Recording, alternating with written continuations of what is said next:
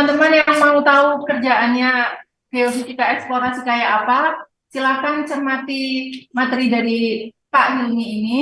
Terus kalau ada pertanyaan, silakan tanya ya setelah eh, presentasinya selesai. Kalau misalnya tiba-tiba sudah muncul pertanyaan pas presentasinya belum selesai, silakan tinggalkan pertanyaannya di kolom chat ya. Mas Hilmi bisa dimulai, silakan. Bisa. Ya. Baik, saya mulai ya. Assalamualaikum warahmatullahi wabarakatuh. Selamat pagi, Bu Agnis. Terima kasih sudah mengundang saya. Selamat pagi juga untuk adik-adik mahasiswa dari eh, Teknik Geofisika ITS ya. Nah, di sini saya akan membawakan tema dari pekerjaan yang sering saya lakukan, yaitu melakukan identifikasi potensi akuifer air tanah menggunakan pemodelan 3 dimensi dari data resistivity. Nah, sebelumnya saya ingin menjelaskan bahwa ERT atau yang kita kenal di Indonesia sebagai geolistrik ini memiliki peranan penting ya di studi hidrogeologi. Jadi dia itu berfungsi untuk mengidentifikasi distribusi dari litologi yang diduga sebagai potensi akuifer di suatu area. Dan kita memanfaatkan ERT. Jadi cara kerja ERT di sini itu dengan pertama mengukur resistivitas bawah permukaan ya, seperti yang teman-teman pasti sudah tahu. Lalu kita juga mengimplementasikan pengolahannya dengan metode inversi. Di sini inversinya masih 2 dimensi, tapi nanti dari banyak line atau lintasan geolistrik itu kita satukan dan kita buat model 3 dimensinya. Dan dari situ kita dapat mengidentifikasi geometri akuifernya dan mengestimasi volume dari potensi akuifernya. Dan selain itu lebih jauh lagi kita dapat menentukan lokasi titik bor yang paling optimum dari hasil pemodelan 3 dimensi data resistivitas ini.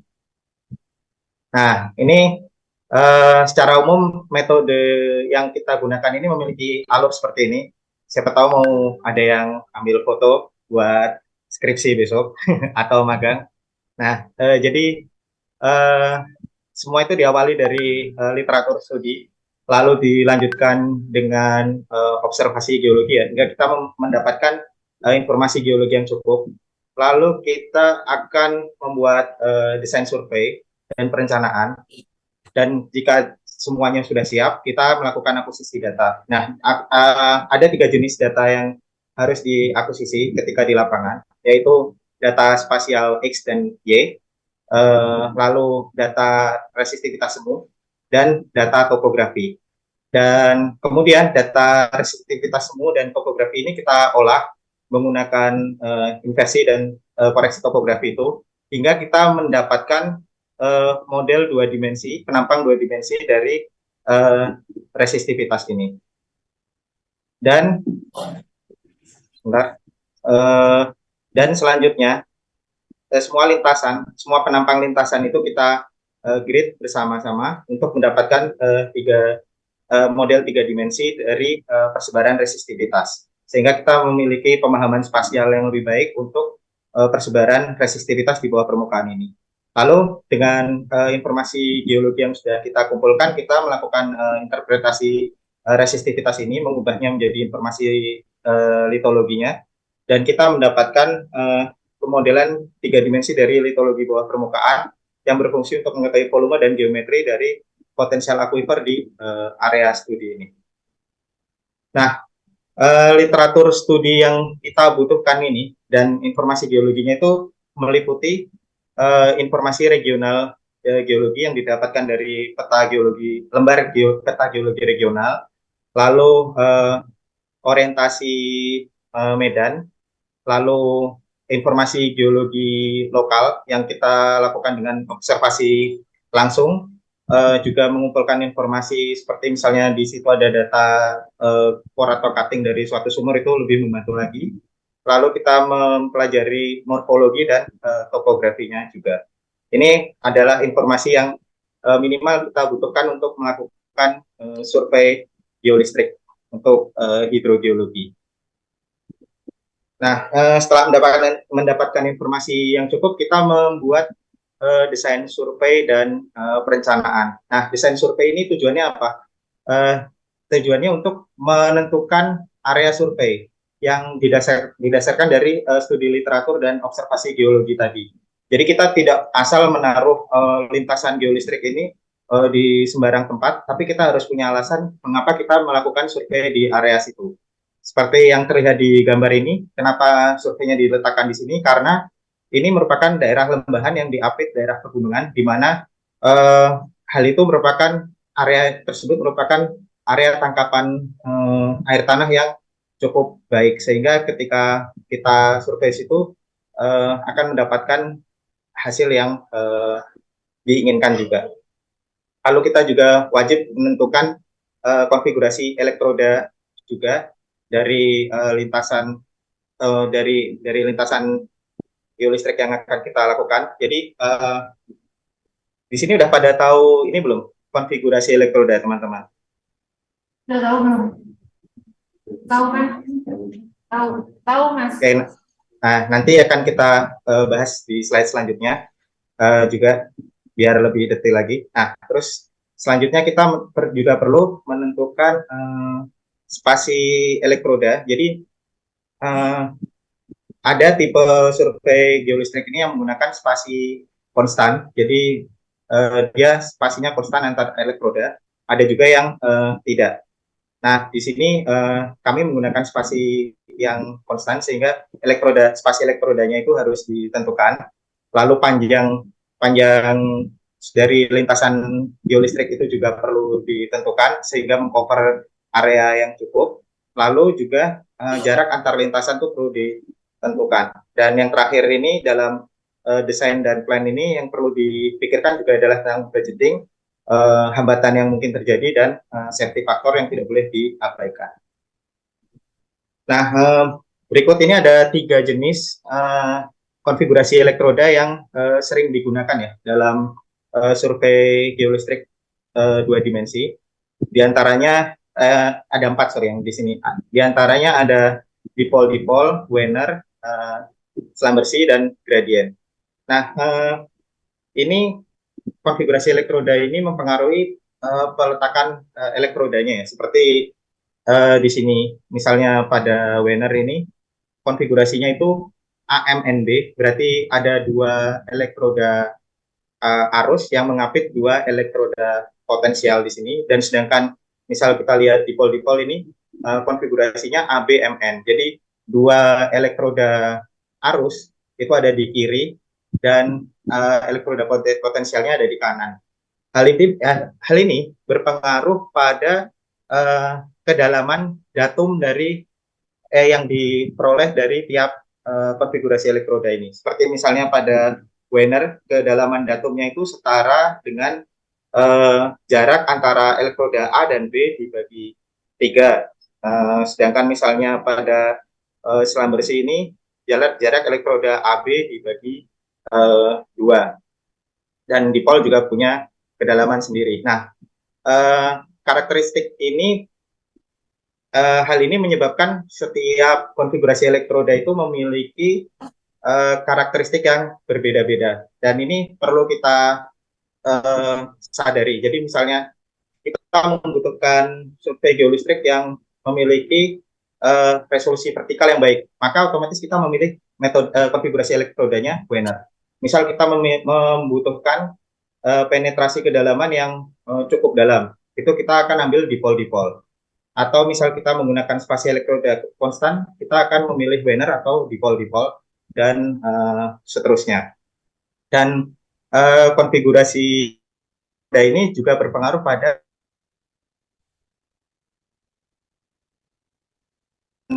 dari faktor geometrinya ini seperti yang di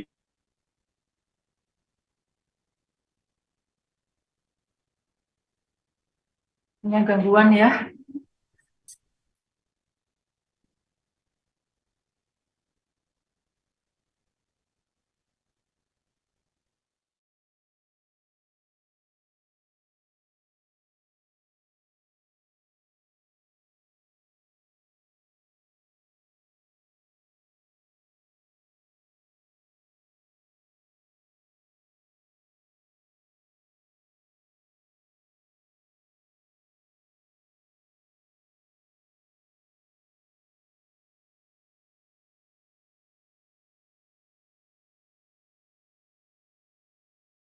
Recording in progress.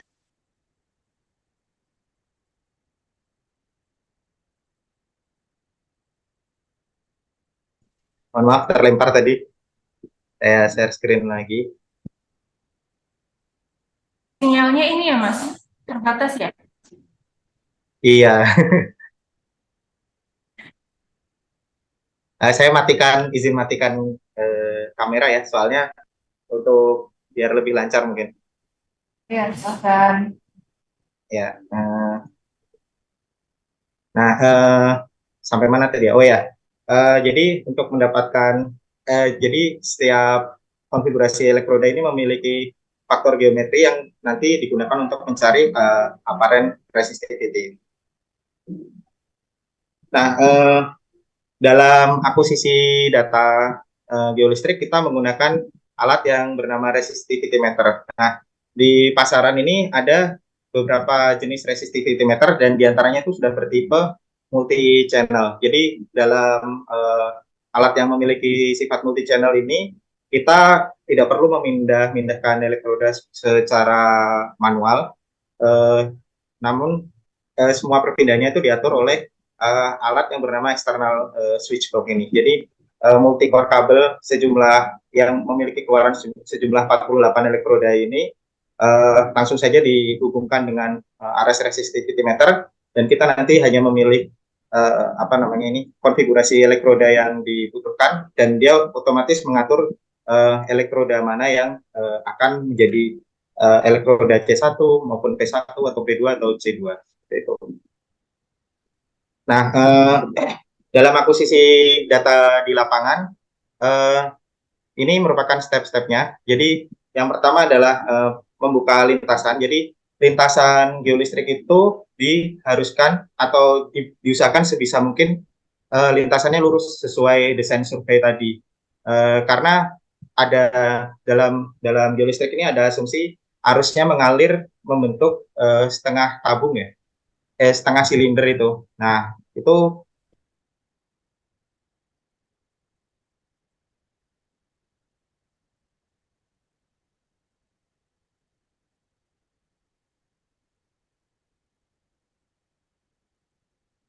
dikalikan hambatan itu, setelah lintasan terbuka lurus kita melakukan penginstalan kabel dan elektroda sesuai spasi yang sudah kita tentukan tadi dan lalu melakukan pengukuran resistivitas. Nah, di sini kita menggunakan pada kasus yang saya contohkan di sini kita menggunakan konfigurasi elektroda Wiener-Schlamassy. Nah, jangan lupa juga, jadi setiap posisi elektroda ini kita rekam menggunakan GPS. Jadi semakin baik GPS-nya maka semakin akurat. Jadi di sini kita menggunakan GPS geodetik yang memiliki akurasi baik untuk XY, untuk koordinat XY maupun Z-nya. Lalu kita juga tambahkan drone mapping di sini untuk mendapatkan digital elevation model. Kalau nggak bisa drone mapping juga bisa, ada banyak data DEM yang bisa digunakan. Nah, ini di sini dua aktivitas ini digunakan untuk pemodelan 3 dimensinya. Jadi kita tahu posisi masing-masing elektrodanya dan nanti berguna untuk pemodelan 3 dimensi. Nah, ini merupakan data output dari array resistivity meter. Nah, setiap alat itu memiliki format output data yang berbeda-beda. Tapi yang paling penting di sini biasanya dia memiliki header untuk informasi umum dari surveinya tersebut, lalu memiliki informasi ini merupakan elektroda potensial satunya itu menggunakan elektroda keberapa, posisi elektroda arusnya itu pada elektroda keberapa, elektroda arus keduanya itu pada elektroda keberapa, potensial satu dan potensial duanya itu pada elektroda berapa, itu juga biasanya harus ada. Lalu ini ada informasi tentang array yang dipakai, konfigurasi yang dipakai. Lalu yang wajib itu adalah ini informasi arus yang diinjekkan sama tegangan yang terukur. Lalu juga informasi tentang apparent resistivitas semu yang terhitung dari I dan V ini. Nah, ini misal kita memakai metode Wiener-Schlumberger ini, maka posisi elektroda yang di awal ini pada layer pertama atau N1, datum pada N1 ini memiliki spasi sebesar A. Jadi di sini bisa dilihat jarak antar elektrodanya itu adalah satu elektroda. C1 berada di elektroda 0, C2 elektroda 3, P1 elektroda 1 berada di tengahnya, terus P2 berada di elektroda 2 yang berada di tengah juga.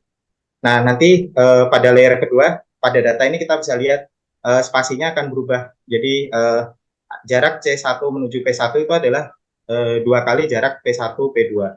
Dan layer ketiga nanti akan berubah. Nanti kalau datanya diamatin akan mendapatkan pattern seperti itu. Nah, output dari data ARES itu, karena kita menggunakan software REST-to-D inversion ini untuk pengolahan, maka harus kita convert ke dalam format yang diterima oleh REST-to-D inversion ini. Dan terdapat banyak sekali jenis formatnya. Terdapat banyak jenis format data input di REST-to-D inversion. Dan ini saya menggunakan format yang ini karena ini format yang cocok untuk metode untuk konfigurasi elektroda yang berjenis Wiener-Schlumberger. Jadi pada line pertama ini merupakan judul, lalu line 2 ini adalah spasi elektrodanya, lalu array number ini, jadi di line ketiga ini 7 itu merupakan array number untuk Wiener-Schlumberger. Jadi di manualnya REST-to-D itu ada. Terus habis itu 453 ini adalah jumlah datumnya. Lalu 0 ini merupakan elektroda pertamanya, dan 0 di bawahnya ini merupakan penggunaan IP atau tidak menggunakan IP dalam pengukuran. Karena di sini tidak menggunakan IP, maka baris yang 0 ini, baris yang terakhir ini diisi 0. Baris ke-6 ya, diisi 0. Nah, lalu di baris ke-7 dan seterusnya itu merupakan informasi dari hasil pengukurannya. Jadi yang paling kiri ini merupakan posisi elektroda C1-nya sampai bawah. Terus yang kedua ini merupakan informasi dari spasinya, spasi A, spasi antara P1 dan P2-nya. Dan yang di baris ketiga ini merupakan informasi 1, yaitu layer atau N pertama seperti yang saya jelaskan sebelumnya. Terus yang di paling kanan ini merupakan informasi tentang apparent resistivity yang didapatkan. Dan kita juga harus menambahkan koreksi topografinya di sini. Jadi pada gambar paling kanan ini terdapat angka yang menunjukkan kondisi topografi yang ada di lapangan. Jadi ini kita tambahkan angka 2 dan 48 ini, maksudnya ada 2 baris dan 48 data, dan 0 sampai 375 dan seterusnya itu merupakan meter dari elektroda yang kita tanam di lapangan ya. 0 itu merupakan elektroda pertama, 15 elektroda kedua, 30 elektroda ketiga, dan seterusnya. Dan di bagian kanannya ini merupakan topografi dari yang terekam oleh GPS dari masing-masing elektroda. Dan ini harus ditambahkan di datanya sebelum memulai pemrosesan, agar tujuannya ketika inversi dilakukan, datum-datum dari resistivity itu terbawa ke atau tertarik ke posisinya masing-masing sesuai kontur yang ada. Nah, selanjutnya kita memasuki pemrosesannya. Yang pertama itu kita pastikan bahwa input topografi, koreksi topografinya itu sudah terekam. Jadi kita cek di sini. Dan jika grafiknya itu sudah muncul pada software REST-to-D itu, maka akan bisa dipastikan bahwa input koreksi topografinya sudah dilakukan. Nah, lalu yang kedua adalah mengeliminasi dari bad datum points. Jadi ketika dalam datum points ini terlihat ada spike, nah, itu berarti ada nilai resistivitas yang melonjak karena mungkin lokal anomali yang kebetulan berada di datum itu lebih baik dihilangkan saja. Dan setelah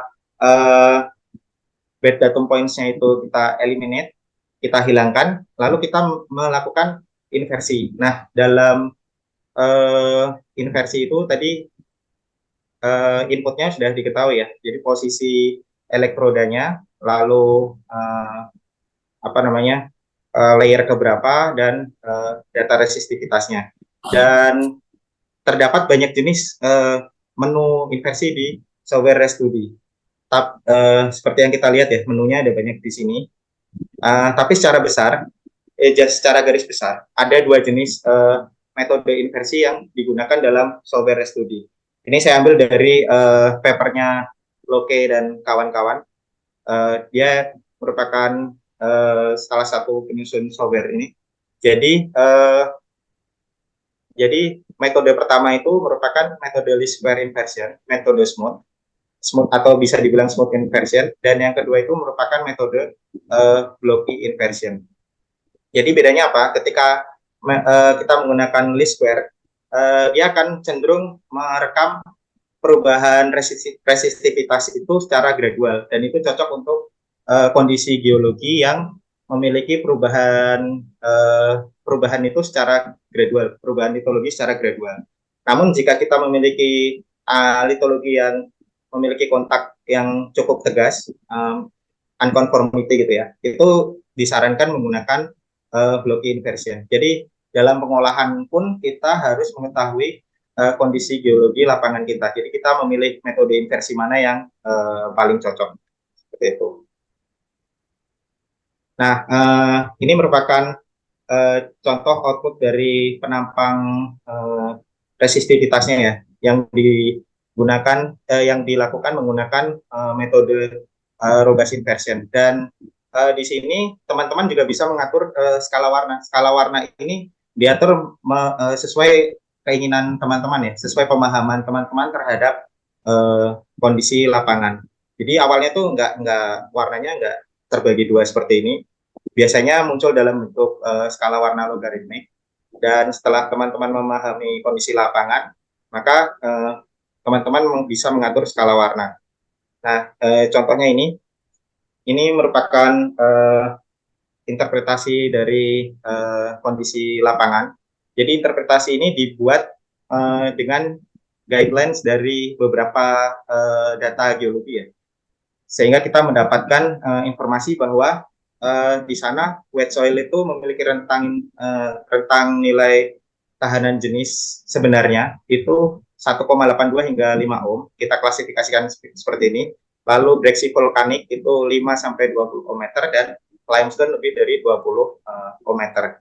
Datanya apa aja? Kebetulan di lapangan ini kita memiliki informasi dari data cutting dari suatu sumur pantau. Dan ini kita jadikan guideline, tapi kita juga menggunakan observasi geologi secara langsung untuk menjustifikasi apakah ini benar interpretasinya. Jadi seperti pada observasi geologi ini kita menemukan banyak vulkanik breksia, singkapan vulkanik breksia. Lalu pada regional geologi map ini unit litologi yang di sini itu merupakan salah satunya adalah vulkanik breksia, breksi vulkanik yang secara tidak selaras menindih suatu batu gamping.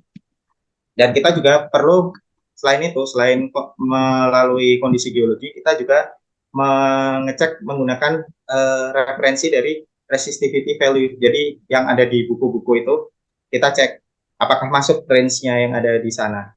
Nah, ini misalnya vulkanik breksia ini dia kalau secara range itu tidak masuk dari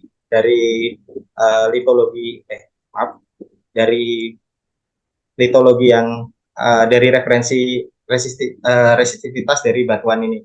Namun kenapa kita masih menganggap 5 sampai 20? Karena di situ juga bisa dijustifikasi dengan keberadaan TOP sebagai metriknya. Jadi TOP itu memiliki resistivitas yang rendah 5-14, dan di sini volcanic breccia-nya itu adalah didominasi dengan keberadaan matriks. Tuh, jadinya masih bisa kita anggap di mana volcanic breccia ini memiliki range 5-20 ohmmeter ini. Dan interpretasi data resistivitas ini membutuhkan pemahaman geologi yang cukup baik ya. Jadi bukan hanya kita mempelajari itu bukan hanya geofisikalnya, inversinya bagaimana, tapi juga mempelajari geologi, bagaimana membaca lembar peta geologi, bagaimana mengidentifikasi batuan di lapangan seperti itu. Nah, selanjutnya kita berusaha untuk memodelkan 3 dimensi dari data resistivitas yang sudah kita inversi tadi ya. Jadi kan kita memiliki banyak line atau lintasan geolistrik tadi. Nah, masing-masing line itu kita bisa ekstrak dalam bentuk format XYZ. Nah, setelah itu kita buka filenya, kita cari data yang memiliki informasi X midpoint, lalu datum elevasi setiap resistivitas itu, lalu juga nilai resistivitasnya. Dan kita di sini menyusun dalam suatu Excel misalnya ya, kita ganti X midpoint ini, informasi X midpoint ini dengan XY koordinat yang sudah kita dari informasi yang sudah kita dapatkan. Bagaimana cara mendapatkan koordinat X midpoint ini? Nah, X midpoint ini berada di antara kalau misalnya kita menggunakan metode Wiener-Schlumberger, berarti dia berada di antara elektroda M dan N. Jadi kita tinggal hitung saja di Excel untuk menemukan posisi X midpoint-nya dan mendapatkan koordinatnya. Lalu menggunakan fungsi VLOOKUP untuk mengganti X midpoint ini dengan XY koordinatnya.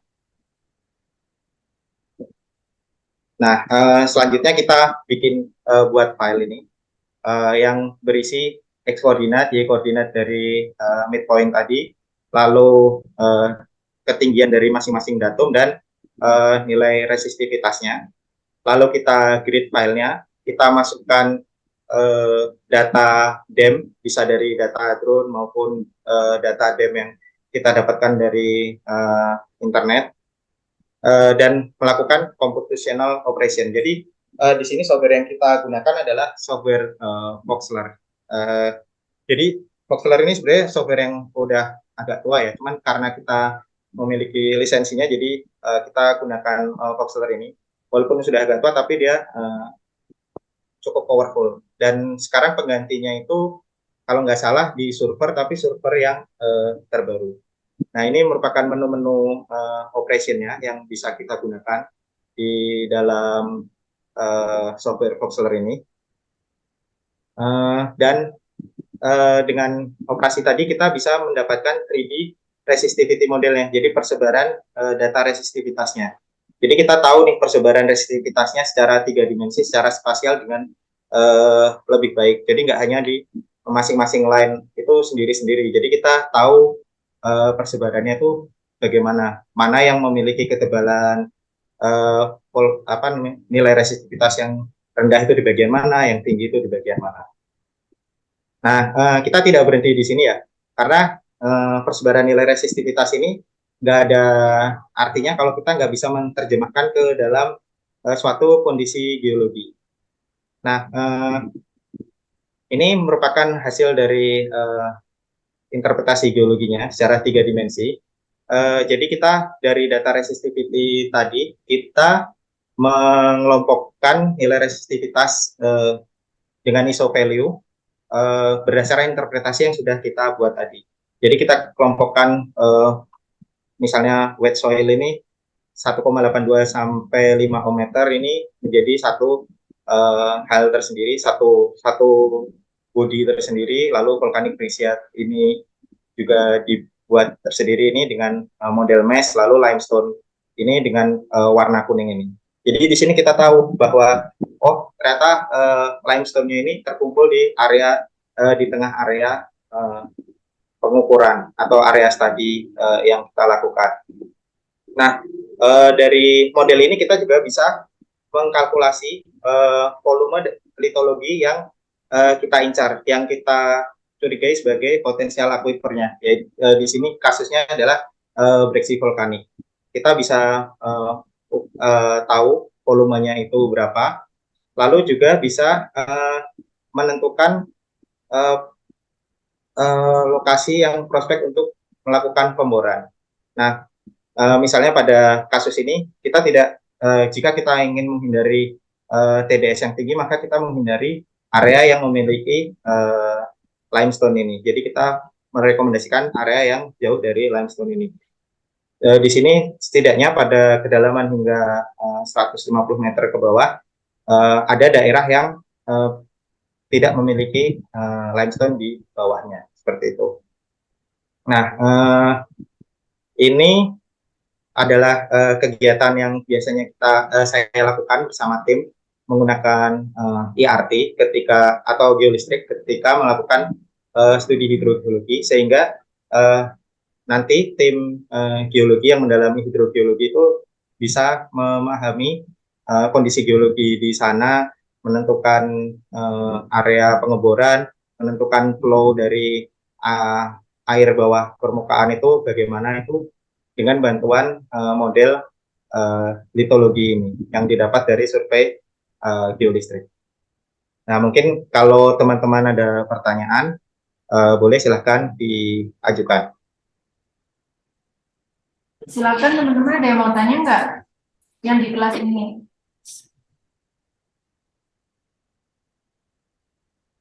Nggak ada. Nggak ada, Mas Ilmi katanya. Mas Ilmi aja kasih tes. Oh ya, oke, baik-baik. Di sini yang udah pernah melakukan survei geolistrik secara langsung siapa? Coba angkat tangan. Ada Mas. Oh, yang lainnya belum ya? Cuma satu orang ya? Oh, belum. Ya, hari ini ada yang sedang berangkat ke lapangan juga, salah satu mahasiswa di kelas ini, jadi baru mulai dia survei geolistrik. Oh, baik-baik.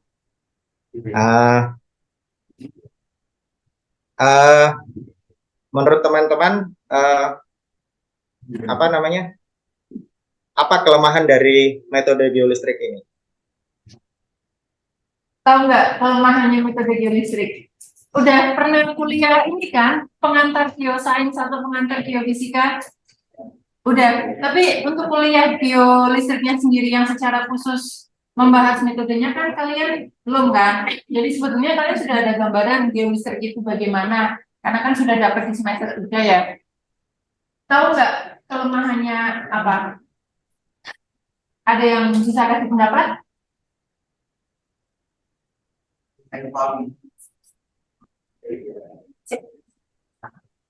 Ya Pak, itu yang di belakang 3 ya? Oh, ya, ya. Apa kelemahannya? Iya, Kalau saya masih dangkal. dangkal ya. Salah satu adik-adik di sini punya pendapat penetrasinya dangkal. Ya, metode geolistrik ini penetrasinya memang masih dangkal ya, apalagi dibanding seismik. Cuman dia memiliki apa namanya resolusi yang lebih baik dibandingkan seismik, itu jelas. Nah, tapi kelemahan geolistrik ini sebenarnya pada interpretasinya. Jadi nilai resistivitas itu memiliki sifat non uniqueness. Jadi satu material, satu litologi ini memiliki range nilai resistivity itu yang overlap satu sama lain. Nah, itu kalau kita tidak memiliki orientasi geologi yang cukup, tidak membaca kondisi geologi yang cukup, itu jadi nggak ada atau tidak memiliki informasi geologi yang cukup, itu hampir jadi tidak berguna apa yang kita survei di lapangan.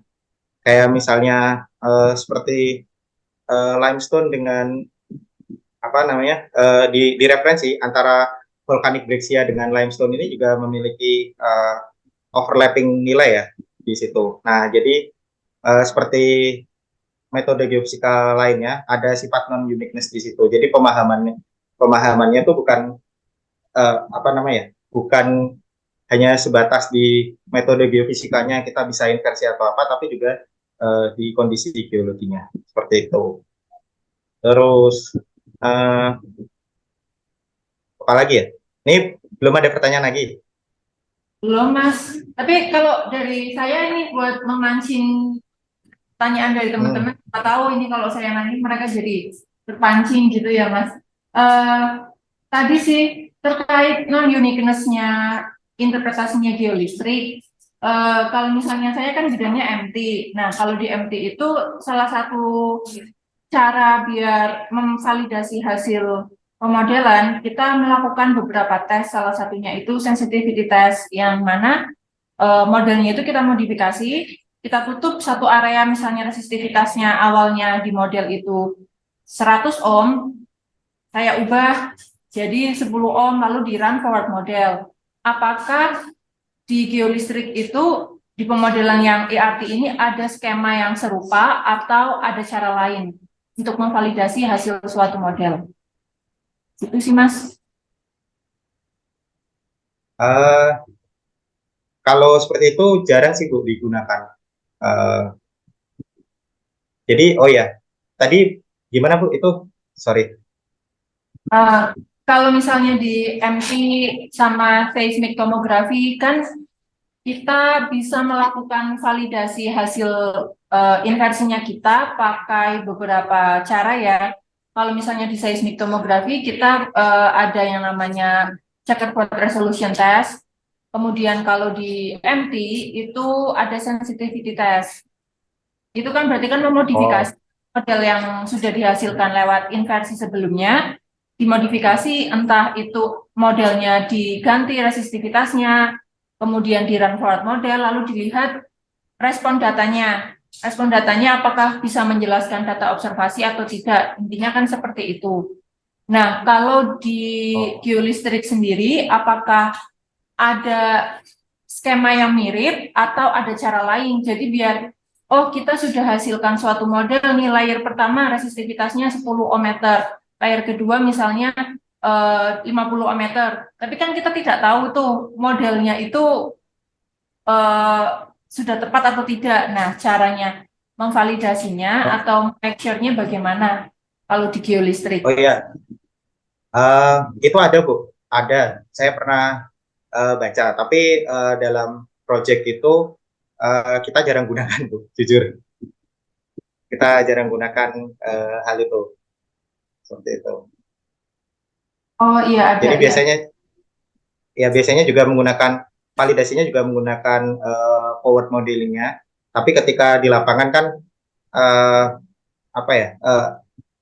Jadi targetnya itu kan terlalu anomalinya terlalu banyak ya. Itu biasanya agak sulit untuk dilakukan. Sehingga biasanya hanya inversinya aja yang dilakukan. Eh, Sama ini sih Mas, apa namanya?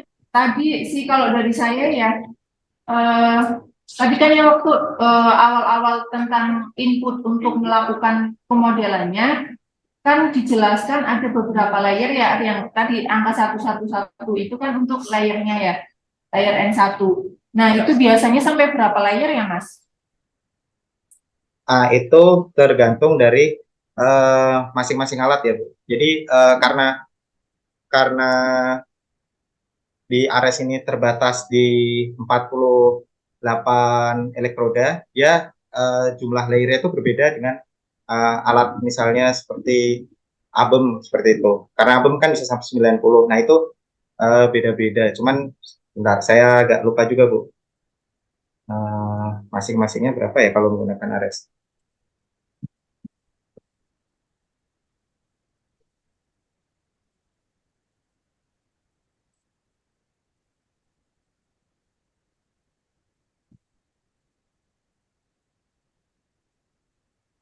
Eh,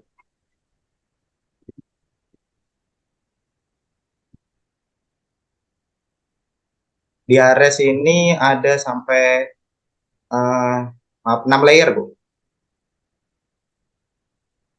Sampai 6 layer. Ada setting Eh, untuk ketebalan per layernya gitu nggak, Mas? eh, setting ketebalan per layernya itu ditentukan dari spasi elektrodanya, Bu.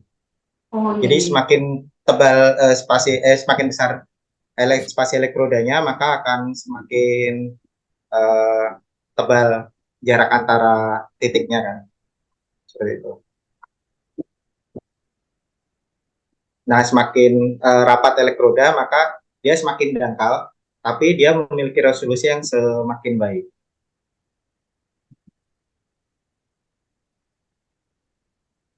Terima kasih, Mas Hilmi. Dari teman-teman, apakah ada pertanyaan yang ingin ditanyakan ke Mas Hilmi yang tertarik buat skripsi atau MBKM atau KP tentang geolistrik juga bisa tanya. Nah ini Mas Hilmi ada yang tanya di kolom chat. Permisi Pak, izin bertanya, untuk jarak elektroda konstan dan tidak konstan tadi, apakah ada pengaruh terhadap hasil datanya? Selanjutnya, untuk penentuan konfigurasi pada jarak elektroda yang tidak konstan, apakah sama dengan konstan? Ya, jadi uh, untuk jaraknya yang tidak konstan ini tentu bisa lebih rapat ya, seperti di awalnya misalnya uh, itu bisa lebih enak sebenarnya Bu dengan tidak konstan itu. Misalnya di awalnya kita menggunakan spasi A-nya itu 1 meter seperti itu. Uh, Nanti berkembang lagi menjadi 5 meter atau berapa itu bisa bisa lebih enak. Cuman kelemahannya kita harus memindahkan elektroda secara manual ya. Dan ada ada konfigurasi elektroda yang bisa digunakan uh, dengan metode elektroda yang konstan itu seperti metode selam bersih itu kurang cocok karena metode selam bersih itu kan pada awalnya itu harus rapat nanti makin melebar seperti itu. Sedangkan pada elektroda spasi konstan itu spasi elektrodanya konstan, misalnya kita pasang 10 meter ya berarti jarak antara spasi elektrodanya 10 meter terus. Jadi misalnya jadi itu pengaruhnya perbandingannya antara konstan dan tidak konstan. Nah, untuk penentuan konfigurasinya itu ini penentuan pada jarak elektroda konstan dan tidak konstan. Uh, Penentuan jaraknya itu sebenarnya terserah kita ya, tergantung target yang ingin dicapai seperti itu. Misalnya targetnya memiliki ketebalannya itu hanya sekitar misalnya 10 meter, berarti kita harus menggunakan spasinya itu yang semakin rapat juga. 10 meter berarti uh, paling paling lebar yang bisa kita gunakan itu misalnya dengan Wender itu dibagi 3 kan ya berarti 30 meter. 30 meter bagi 3 itu 10 meter. Untuk objek 10 meter berarti jarak spasi maksimalnya itu bisa di 30 meter. Damario, apakah jawaban dari Mas Hilmi ini sudah cukup atau ingin bertanya lebih lanjut?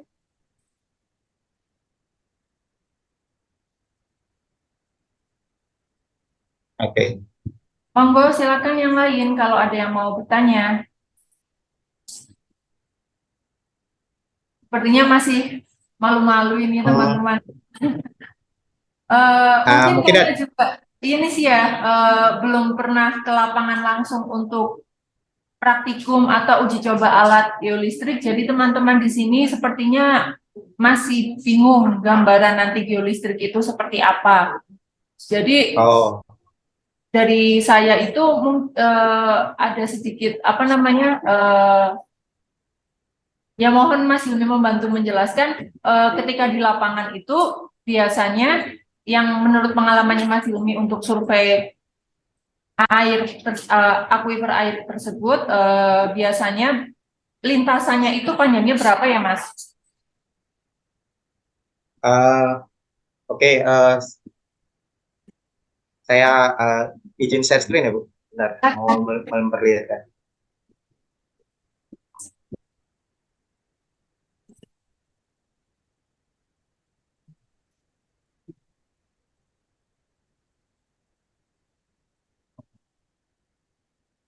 Oh ini. Nah, panjang lintasannya itu bervariasi ya, tergantung eh, target kedalaman. Kalau di hidrogeologi itu resolusi itu bisa menjadi pertimbangan, tapi pertimbangan utamanya tuh lebih ke kedalaman. Jadi misalnya kita dengan menggunakan 48 elektroda ini, kita menggunakan spasi 20 meter biasanya ini. Itu berarti lintasannya ada hingga 47 kali 20 ya Bu. 47 kali 20. Hingga 940 meter Bu. Oh, hampir 1 kilo sendiri ya? Ya, karena biasanya di daerah pertambangan itu atau perusahaan itu tidak boleh menggunakan air tanah yang dangkal. Jadi kita mengincar kedalaman itu paling nggak harus mendapatkan 100 meter ke bawah. Nah, jadi kalau dalam eksploitasinya itu kalau nggak salah 40 sekian meter ke bawah itu baru boleh dimanfaatkan. Jadi lintasannya panjang-panjang, karena Kalau mengejar target kedalaman yang dalam. lintasan sepanjang itu biasanya butuh satu line itu berapa jam untuk proses akuisisi datanya? Mulai dari setting alat, kemudian menancapkan elektroda, kemudian injeksi arus dan lain sebagainya itu sampai berapa jam ya, Mas?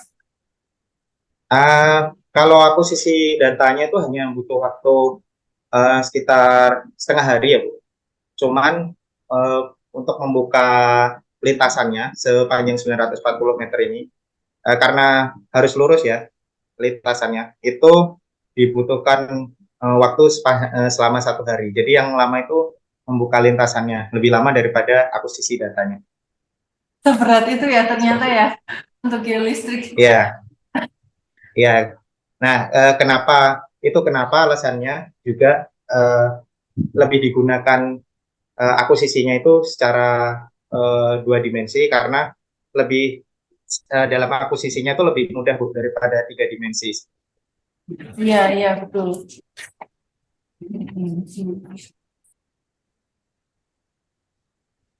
Terus Uh, ada yang mau tanya lagi nggak?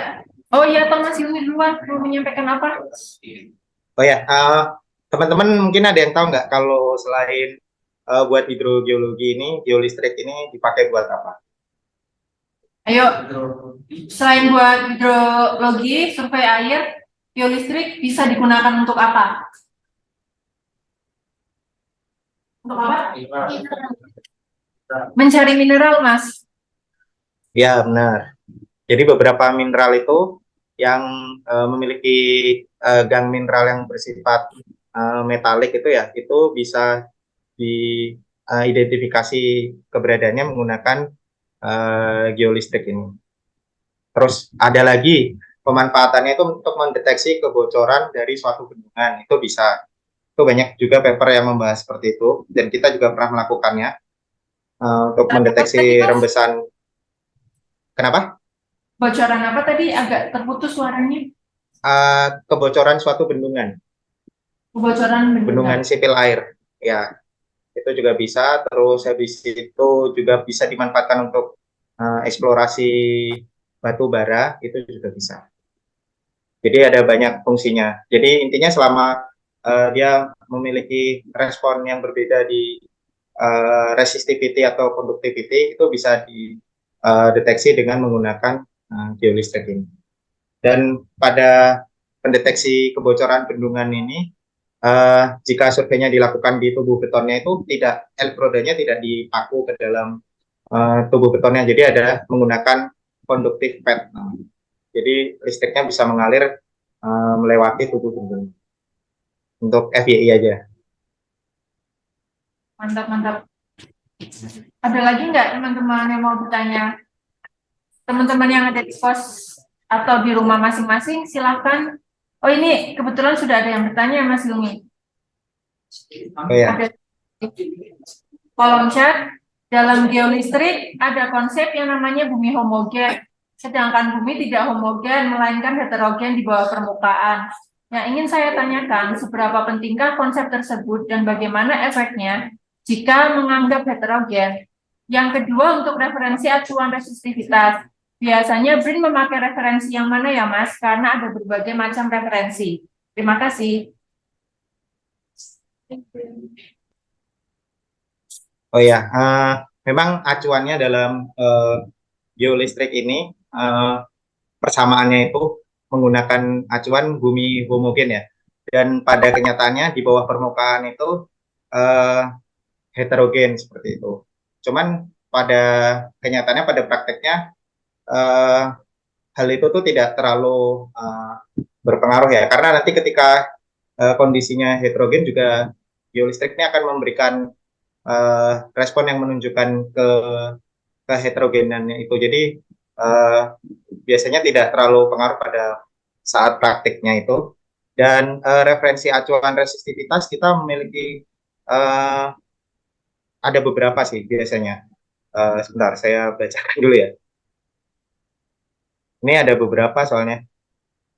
Jadi ini kita menggunakan paper dari biasanya menggunakan paper sih. Jadi kayak uh, ini dari paper yang sebelumnya kita menggunakan referensi dari Ayulabi, terus Ade Tayo. Oh, ini papernya Ayulabi Ade Tayo pada tahun 2012, terus habis itu Telford, bukunya Telford yang ada tahun 1990, juga ada uh, buku dari Profesor Mike Dentit itu yang diterbitkan pada tahun 2012. Jadi tidak terpacu pada satu buku tertentu, karena kita harus sadarin misalnya di referensi ini pengukuran itu dilakukan pada kondisi apa. Jadi kita cari yang kondisinya mendekati, misal volcanic breccia yang ada di lapangan ini sifatnya memiliki matriks dominasi tuff ya. Maka kita mencari yang volcanic breccia yang lebih mendekati di kondisi lapangan, dan kondisinya pada saat di lapangan kan basah, maka kita mencari referensi misalnya soil itu yang wet soil. Jadi banyak referensi yang digunakan, tidak terpacu pada satu buku tertentu. Yang penting pada referensi yang digunakan itu mendeskripsikan bahwa resistivity ini diukur pada kondisi seperti ini, seperti itu, yang seperti yang ada di lapangan.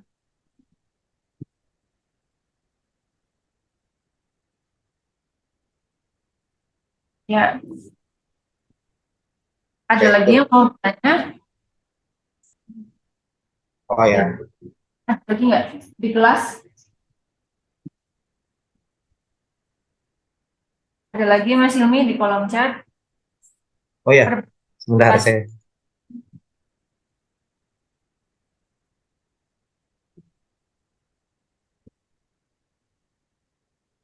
Apakah perbedaan elevasi atau keadaan topografi berpengaruh pada hasil inversi atau hasil interpretasi dan pengolahan datanya? Sebelumnya telah Bapak sebutkan bahwa data elevasi dimasukkan dalam datumnya. Nah, bagaimana proses pengolahannya tersebut? Apakah perlu adanya proses lanjutan setelah itu dan seberapa berpengaruh keadaan topografi dengan hasil interpretasinya nanti? Oh ya, koreksi topografi itu sangat berpengaruh ya, karena koreksi topografi itu akan membawa datum ke posisi sebenarnya. Jadi di semua metode geofisika koreksi topografi itu penting ya. Nah, cuman dalam pengolahan datanya itu, kalau menggunakan software ResTu-D Inversion ini, langsung dia dalam ketika saat setelah diinversi, koreksi topografinya itu langsung masuk ke dalamnya. Dan hal ini juga penting eh, dalam melakukan pemodelan tiga dimensi ya, karena kondisi topografi itu sangat penting untuk menentukan lokasi pemboran. Tidak mungkin kita mengabaikan topografi, terus tiba-tiba kita ketika menentukan pada kondisi nyatanya kita mengebor di daerah perbukitan. Padahal daerah perbukitan itu bukan tempat terakumulasinya air. Jadi disitulah pentingnya koreksi topografi dan informasi topografi di sini. Dan hasilnya beda sih. Kalau tidak dikoreksi topografi, semuanya akan terlihat flat-flat saja.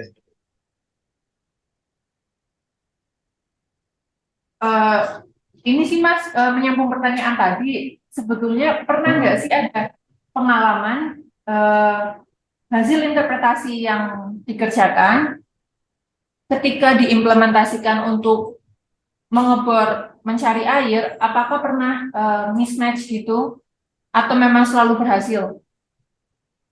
Kan pernah ada kasus kita nyari Ya. air kedalaman 10 meter, misalnya let's say seperti itu. Lalu ketika dibor, ketika hasil interpretasi, iya ada aquifer di kedalaman tersebut.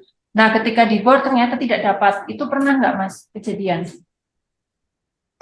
Kalau di sini belum pernah ya Bu. Jadi cuman kalau kesalahan interpretasi batuan itu juga pernah kita terjadi di kita. Tapi kalau untuk aquifer ini ada misalnya miss, kita memprediksi aquifernya di sini ternyata bukan, itu belum pernah. Nah itu pentingnya ini ya Bu, menentukan lokasi survei. Jadi dalam hidrogeologi kan ada prinsip-prinsip yang harus digunakan ya dalam menentukan area yang prospek seperti itu. Itu harus kita gunakan dulu untuk menentukan area survei. Sehingga nanti ketika melakukan survei geolistrik itu hasilnya tidak tidak sia-sia seperti itu. Kadang kita enggak, nah yang kemungkinan terjadi itu ketika kita tidak mempelajari kondisi hidrogeologinya, kita langsung hajar saja, kita survei geolistrik di sini, terus kita lihat, oh ada resistivitas rendah ini di sini, lalu kita bor, ternyata itu zong dalamnya, bukan suatu aquifer, tapi hanya dari batuan yang memiliki resistivitas rendah. Nah itu biasanya meleset itu terjadi karena hal seperti itu Bu. Tapi kalau kesalahan penentuan litologi itu juga pernah terjadi. Jadi seperti yang hal terjadi di sini ini, ketika saya nah menginterpretasikan tiga hal ini, tadinya kita tidak mengerti keberadaan bahwa di situ ada keberadaan limestone ini hingga mendapatkan well cutting data. Kenapa tidak mengetahui keberadaan limestone ini? Karena di permukaan ini tidak ada sama sekali singkapan limestone. Itu sudah ditelusuri sampai beberapa kilometer dari lokasi survei itu masih tidak ditemukan limestone. Namun di well cutting data ini ditemukan sehingga kita masukkan limestone sebagai salah satu litologi di sana, dan kita baca lagi lembar geologi mapnya di sana, ternyata memang ada limestone yang teroverlies di bawahnya si volcanic breccia ini. Begitu. Iya, iya. Jadi memang kadang memang pemodelannya sudah kita kerjakan, ketika diuji coba dengan menggunakan cutting atau bor, memang pasti ada kemungkinan untuk terjadi miss gitu ya Mas? Ya itu pasti ada. Karena kalau data kita bukan data primer, cuman hanya melihat sikapan, terus peta geologi kayak gitu, kemungkinan miss itu pasti ada. Monggo teman-teman, ada yang mau bertanya lagi? Yang di ruangan ini mau tanya tentang gimana caranya survei geolistrik, atau mau tanya tentang KP, MBKM, TA juga bisa. Karena setahu saya di BRIN sendiri ada atau bisa menerima mahasiswa-mahasiswa yang ingin melakukan MBKM atau skripsi. Jadi kalau ada teman-teman yang ingin bertanya, silakan bertanya ke Mas Hilmi, mumpung dibuka forumnya, masih ada sedikit waktu buat teman-teman berkomunikasi dengan beliau. Ada nggak yang kira-kira sudah kepikiran semester depan nih, ingin MBKM ke sana gitu? Atau dari Mas Hilmi mau promosi, silakan program yang bisa diikuti adik-adik mahasiswa di sini. Sekiranya Ya, ada. ya, kita sering ya mengadakan kegiatan magang untuk mahasiswa.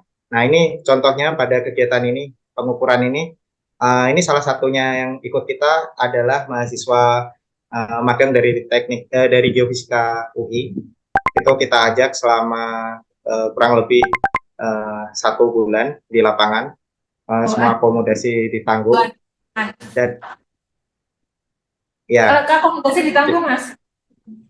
ya semuanya ditanggung kalau diajak di lapangan itu. Terus apa namanya, juga dapat pengalaman lapangan yang sesungguhnya kayak gitu, bekerja dengan helper secara langsung, terus mengolah data, menghadapi permasalahan di lapangan langsung. Itu pengalaman yang menurut saya sangat positif ya harusnya. Apa namanya?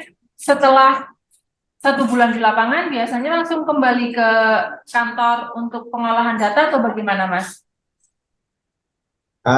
Pengolahan data itu biasanya kita lakukan, jadi misalnya pagi itu sampai sore survei, malam kita berdiskusi untuk mengolah data kayak gitu. Paling enggak pengolahan data sementara lah. Jadi kita tahu apa namanya, seharusnya ini diolah dengan misalnya metode inversinya yang apa seperti itu. Terus uh, paling enggak juga ada pengolahan data topografi gitu, atau belajar mengolah data topografi menggunakan uh, Petrel, maaf bukan Petrel, menggunakan ArcGIS. Nah, ini kalau dilihat dari fotonya, ini kebanyakan kan laki-laki ya personil yang turun ke lapangan. Apakah Ya, kegiatan lapangan tersebut memungkinkan untuk teman-teman yang cewek untuk ikut ke sana? Karena di biofisikanya ITS ini cukup banyak persentase mahasiswa perempuannya, Mas. memungkinkan Bu. Ini yang di bagian kanan ini itu perempuan ini Bu. Yang kursor saya kelihatan nggak ya? Iya, iya, iya, kelihatan. Ya, nah ini perempuan. Jadi waktu ikut kita ini pegawai BRIN juga perempuan. Jadi di lapangan kuat-kuat aja Bu. Malah nggak tahu kenapa bisa lebih kuat daripada yang laki-laki ya. Ya, tuh Jadi buat nggak, teman-teman yang perempuan di sini nggak usah khawatir ya. Kalau mau ke lapangan jangan mikirnya, aduh, kayaknya berat ya itu lintasannya sampai 900 meter. Jangan mikir di situnya ya. Nyatanya ini bisa-bisa aja dan pastinya kan di situ ada kerja tim ya. Jadi nggak sendiri harus ke lapangan kalian ketok-ketok palu sendiri itu enggak, ada tim yang ya, saling membantu. ya Kalau untuk untuk pekerjaan. medannya sendiri berat nggak, Mas? Nah, untuk survei geolistrik ini biasanya medannya lumayan berat ya, karena misalnya seperti yang tadi saya tunjukkan, itu merupakan daerah lembahan yang diapit perbukitan. Nah, dalam survei geofisika kan kita nggak mungkin hanya mengambil daerah lembahannya saja. Jadi kita butuh informasi pembandingnya, kontrasnya itu ya yang ada di perbukitannya. Jadi naik dari bukit, turun ke lembah, naik lagi seperti itu. Oh iya ya, lumayan sih. Gimana? Ya. Apakah sudah ada yang tiba-tiba tertarik gitu buat ikut pengalaman surveinya bapak-bapak dan ibu-ibu dari BRIN ini? Siapa tahu kalau untuk proyek yang dibuka untuk SKM atau skripsi, sekarang ada nggak, Mas? Eh, Sekarang ada, tapi saya kurang tahu kegiatannya apakah tentang hidrogeologi atau tentang apa, karena luas ya, Bu. Jadi kadang ada yang tentang geoteknik, itu menggunakan GPR, itu juga ada. Eh, Terus apa lagi ya? Ada banyak sih, tidak hanya terbatas hidrogeologi. Jadi yang sedang bukaan apa itu biasanya eh, kita kita rekrut. Silakan dicatat teman-teman, di teknologi pertambangan ini selain ada geolistrik juga ada GPR. Jadi kalau yang tertarik buat mempelajari GPR, pengaplikasiannya seperti apa, kemudian pengolahannya seperti apa, silakan bisa mengajukan MBKM atau skripsi ke BIN, ya. Lumayan karena kalau hanya mengandalkan kuliah di kelas, kalian tidak akan cukup punya kesempatan untuk mencoba di lapangan. Kan kalian memang ada mata kuliah terpadu, praktikum dan lain sebagainya itu memang ada. Tapi kan itu tenggat apa namanya periode pelaksanaannya kan juga terbatas. Kemudian rame-rame satu kelompok berapa anak gitu kan. Jadi kesempatannya kalian untuk menjadi operator alat dalam jangka waktu yang lama itu sedikit. Jadi kalau misalnya ada kesempatan untuk bisa magang, MPKM, kemudian tugas akhir, itu silahkan diambil ya teman-teman di sini. Apalagi kalau dari BRIN setahu saya itu bakal dibimbing banget lah istilahnya kalau misalnya teman-teman mau ke sana. Ya ini hanya salah satu opsi kalau misalnya memang tertariknya buat ke perusahaan yang energi, entah itu geothermal, entah itu migas ya silahkan. Tapi kalau memang yang tertarik untuk banyak kegiatan eksplorasi lapangan, ke BRIN ini bisa jadi salah satu opsinya kalian ya. Ada lagi dari teman-teman yang ingin bertanya, mungkin terkait pemodelannya, misalnya ada nggak sih kayak lain yang bisa digunakan untuk memodelkan hasil survei geolistrik atau bagaimana? Nah, ini Pak Hilmi ada pertanyaan, tantangan umum yang dihadapi dalam penggunaan geolistrik untuk geothermal.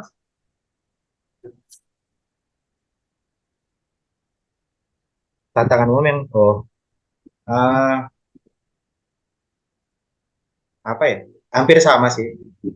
Jadi di geothermal itu tantangannya ya pemahaman tentang sistem geothermalnya dulu itu harus dipahami ya sebelum melakukan survei geolistrik. Jadi pemahaman geologi dari sistem geothermalnya itu harus dipahami dulu. Baru kita melakukan survei di sana. Terus kalau dalam faktor safety-nya, lingkungan geothermal itu kan cukup berbahayanya ketika ada gas beracun seperti itu harus diwaspadai. Dan paling hanya medannya juga yang di lingkungan geothermal itu pasti bukan medan yang datar, bahkan bisa lebih parah dari lingkungan hidrogeologi ini karena kita tahu sendiri geothermal kan pasti di lingkungannya area perbukitan seperti itu. Itu lumayan lumayan menantang untuk melakukan survei geolistrik di situ. Ya umumnya lagi faktor non uniqueness itu ya. Jadi nilai resistivitas yang saling overlapping. Jadi kembali lagi kita harus memahami sistem geothermal yang ada di situ itu seperti apa. Begitu. Apakah sudah menjawab Kila pertanyaan jawaban dari Pak Hilmi tadi?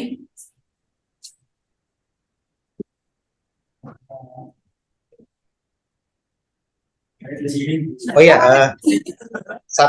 satu lagi. Jadi geolistrik kan memiliki keterbatasan di kedalaman ya, seperti yang tadi disampaikan sama teman-teman ITS. Nah itu biasanya kalau geothermal itu kan sistemnya cukup dalam, sehingga biasanya metode MT itu lebih prefer untuk dilakukan di sistem geothermal. Ya, jadi tergantung targetnya. Kalau memang teman-teman mau mencarinya itu clay cap sama reservoirnya, ya tentunya harus pakai metode yang penetrasinya lebih dalam. Tapi kalau mau mencarinya struktur near surface, mau mencari aquifer di atasnya suatu sistem geothermal, ya silakan pakai geolistrik. Gitu, tergantung dari targetnya. Kalau mau memaksakan geolistrik buat mencari reservoir ya nggak bisa ketemu karena kan Iya, ada batasan bentangan versus kedalaman ya. Sementara reservoir iya itu benar. itu sampai berapa kilo kan? 1 kilo lebih. Jadi kan Iya, ya mau membentang berapa ratus meter ibaratnya si kabel geolistriknya itu gitu. Misal targetnya sampai 1 kilo, berarti bentangannya mungkin harus sampai 4 kilo. Jadi itu kan eh, kurang doable ya, geolistrik untuk Iya, target iya. andalan. Sementara kalau survei MT sendiri tidak perlu membentang kabel sepanjang itu, hanya paling 30 meter untuk kabel elektrodanya itu kan, jadi ya setengah lapangan sepak bola udah cukup lah untuk satu titik MT itu. Gitu. Ya, benar. Monggo ada pertanyaan buat teman-teman di sini? Kayaknya masih malu-malu ini, aku masih bingung. Ini sih Mas, kalau dari saya, ada nggak rekomendasi software lain untuk pemodelannya geolistrik selain contoh yang disebutkan tadi, Restudiv? Eh, ada Bu, dia biasanya berbasis Python. Saya Tuh, lupa namanya apa ya. Python. Lagi, Ya, sekarang jadi lagi ngetren. ya, jadi harus menguasai Python di zaman sekarang tuh penting ya. Dan itu bisa lebih dimainkan parameter inversinya. Nggak, kalau kalau ResTu inversion kan terbatas di dua tipe inversi ini. Kalau software itu tuh bisa banyak, terus lebih lebih fluid lah untuk mainnya, lebih lebih enak. Apalagi untuk geoscientist itu, kalau kalau ini kan lebih ke bersifat project ya. Nah, kalau untuk pengembangan keilmuan itu software itu cocok, tapi saya lupa namanya.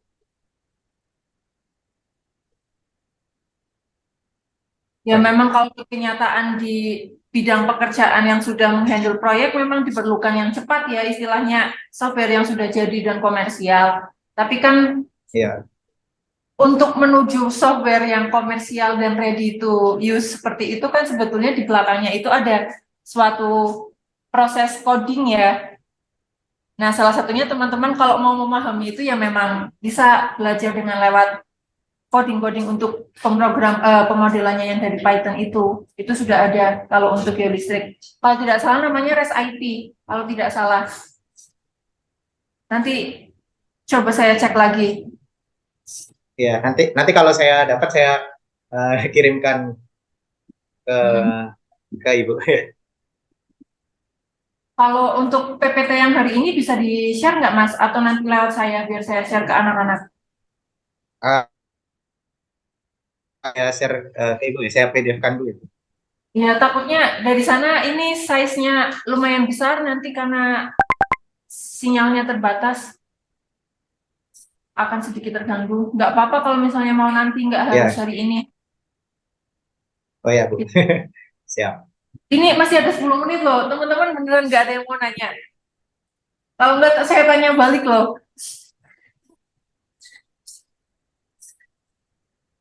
Silakan teman-teman. Atau mungkin Zidan mau nanya? Belum. Atau ini, teman-teman yang udah pernah survei geolistrik ini menggunakan konfigurasi apa biasanya? Yang udah pernah dipraktekkan? Banner selang bersih. Pakai alatnya yang multi channel atau yang apa? Dua-duanya single channel pernah. Pernah multi channel sama single channel banner selang bersih Mas. Oh, Weather selang bersih, pernah dua-duanya. Oh, berarti udah berpengalaman. Mungkin nanti bisa ngajarin teman-temannya itu. Iya, jadi asisten kayaknya nih nanti. Iya. Kalau alat-alat geofisikanya sendiri yang ada di teknologi pertambangan ada apa aja Mas? Biar teman-teman ini terpancing gitu. Ah, Biar. kita ada geolistrik, magnetik, GPR, terus ada logging juga. Ini yang sedang saya lakukan di sini kan, logging ada kaliper, ada resistivity, terus ada untuk bioteknik ada rebar detektor, terus ada apa lagi ya? Ada drone juga, drone buat pemetaan eh, topografi itu juga ada di sini. Tuh. Terus Hmm. ya itu aja sih yang ada. Banyak ya berarti ya, lumayan. Ya lumayan Bu. Kalau untuk Alat license, GPS juga license ada. software, GPS ada. license software ada apa Ya, aja untuk pengolahan geofisikanya? ada banyak Bu. Jadi eh, apa namanya Voxler ini kita punya. Terus eh, yang buat magnetik tuh biasanya apa sih? Ya, lupa namanya. Eh, bio apa ya magnetik itu ya?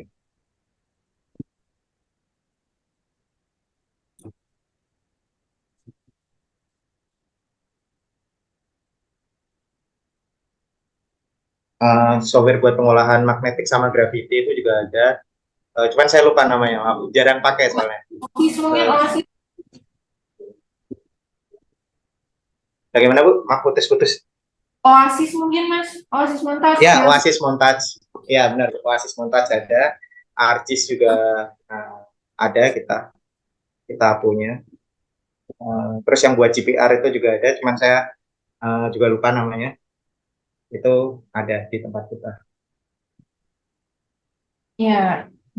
Berarti sudah ada beberapa software license ya yang bisa ketika teman-teman dapat kesempatan untuk bergabung sementara di BRIN buat ikut proyeknya mereka, teman-teman juga dapat kesempatan buat mencoba software-software yang asli bukan versi crack-crackan. Kalau di sini kan teman-teman itu pakai crack-crackan loh Mas. Ya memaklumi lah, kita juga dulu waktu S1 juga kebanyakan nge-crack ya. Iya, saya juga Bu. Kalau ya, Sama. kalau nge-crack kan ada keterbatasan fitur biasanya ya, ada beberapa yang tidak bisa dikerjakan. Nah, kalau Iya, mau full fiturnya bisa coba yang versi license. Nah, itu adanya di beberapa instansi pemerintah atau perusahaan. Kalau di BRIN tadi di teknologi pertambangan ada Oasis Montage, di PRKG juga ada Oasis Montage versi yang aslinya. Kemudian ArcGIS juga ada. Nah, kalau teman-teman di sini saya tanya ArcGIS-nya pakai apa nge-crack-nya? Kayak gitu, Mas. Ya memang itu iya, bahkan sekelas UGM pun iya nge-crack ya udahlah. iya. Tapi kalau dari saya pribadi, pingin teman-teman di sini itu dapat pengalaman ya, menghargai karya orang lain, yaitu karya software dengan cara mencoba software yang versi license-nya. Sebetulnya dari saya itu seperti itu. Ya. Eh, atau sebenarnya saya juga mendorong untuk mempelajari software-software yang berbasis Python itu biasanya dia kan open source, jadi gratis. Kita tidak bergantung dengan apa namanya perusahaan-perusahaan penghasil software ini. Itu kalau mahasiswa zaman sekarang eh, sebaiknya sudah mulai mempelajari itu sih. Kalau zaman dulu, zaman saya itu masih belum belum belum populer Iya, betul. software-software open source. Betul. Ya, saya juga setuju. Python ini. Kalau ini sudah waktunya sudah tinggal 5 menit lagi ya Mas Hilmi. Ada nggak Ya, pesan dari Mas Hilmi buat teman-teman di sini terkait geofisika eksplorasi? Maksud saya itu Mas Hilmi ada pesan nggak gimana biar teman-teman di sini semangat, terus tips dan trik biar bisa meningkatkan skill yang diperlukan di dunia kerja. Kira-kira dari Mas Hilmi ada nggak? uh, ya jadi dalam mendalami ilmu geoscience ini nggak bisa parsial ya. Misalnya saya hanya ingin mendalami geofisika aja, khususnya di bidang eksplorasi ya.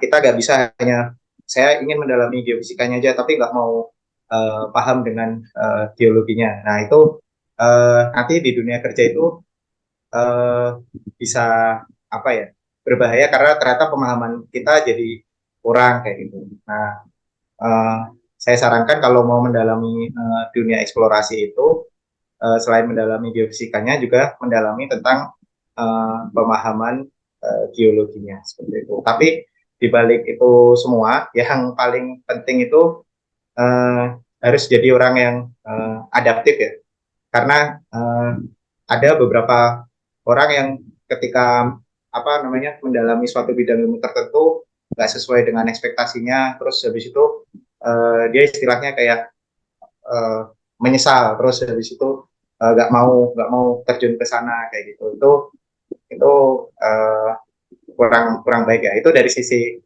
soft skill-nya. Tapi kalau dari hard skill-nya itu mendalami ilmu geosains itu harus memahami baik geofisika maupun geologinya.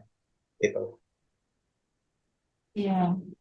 Ingat-ingat ya teman-teman, jangan eksklusif karena kalian sudah masuknya geofisika, nggak mau tahu tentang bidang ilmu lain. Dalam hal ini, kalau dari pesannya Mas Hilmi, geologi. Sebetulnya kalau di ITS sendiri adanya hanya baru jurusan teknik, geofisika dan teknik geomatika atau geodesi, geologinya itu belum ada. Cuma teman-teman di sini sudah mendapatkan beberapa kuliah basic karena kan memang ada dosen khusus pengampu geologi, jadi harapannya dengan seperti itu mereka itu nggak mencampakkan ilmu geologinya ya, asal ngambil data tapi nggak tahu konteks geologinya, kan itu kan berbahaya. Itu kira-kira seperti itu ya Mas Hilmi. Iya, Karena benar, Bu. waktunya sudah jam 9.27, kita bisa mengakhiri kuliah online dari Mas Hilmi ini. Sebelum saya tutup Zoom-nya, saya mau mengajak buat teman-teman semua yang ada di kediaman masing-masing beserta Mas Hilmi untuk foto bersama terlebih dahulu. Silakan on-kan kameranya.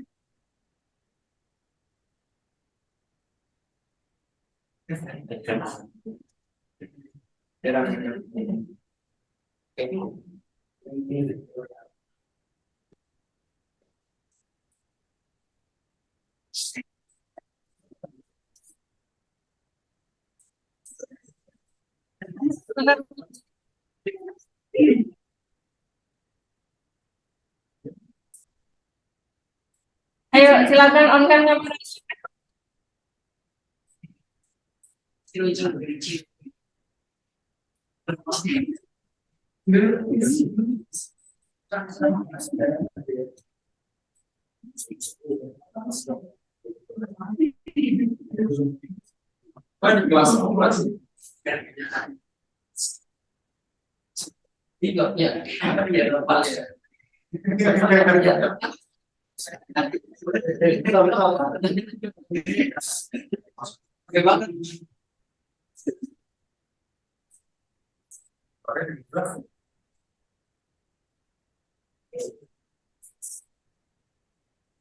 Ya, ini untuk LPG aja sih Mas sebetulnya, untuk bukti kegiatan. Ya, Saya ambil fotonya ya, 1, 2, 3. Sudah. ini rata-rata dari semester berapa ya, Bu? Yang hadir? Mahasiswa semester berapa? Angkatan 2021. Oh, 2021 ya. Iya. Berarti udah. Ya, sudah semester 5, Mas. Betul kan kalian semester 5? Iya. Saya juga baru sebentar ketemu dengan mereka, jadi masih meraba-raba bagaimana caranya memotivasi mereka biar lebih semangat belajarnya ya terkait bidang geofisika. Ya. Oke, Mas Hilmi, terima kasih atas waktunya. Ya, sama-sama, Bu. Saya mohon maaf kalau dari penyelenggaraan acara guest lecture hari ini ada kekurangan. Saya mewakili ITS, mohon maaf sebesar-besarnya. Monggo kalau mau melanjutkan aktivitas kegiatan lapangannya, saya persilahkan. Saya akan Baik. segera tutup Zoom meetingnya hari ini. 1, 2, 3.